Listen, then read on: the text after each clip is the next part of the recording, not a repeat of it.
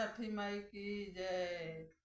छठी मैया के ऊंची अररिया तिवैया एक रोएली होए छठी मैया अपनी लहर मोहि के दीती त हम डूबी मरबी किया तो रातिवाई हो ना दुख किया तोहरा धना दुख हो एतिवाई किया तोरा का तभी दे से कवन दुखवारो वेलु नाही।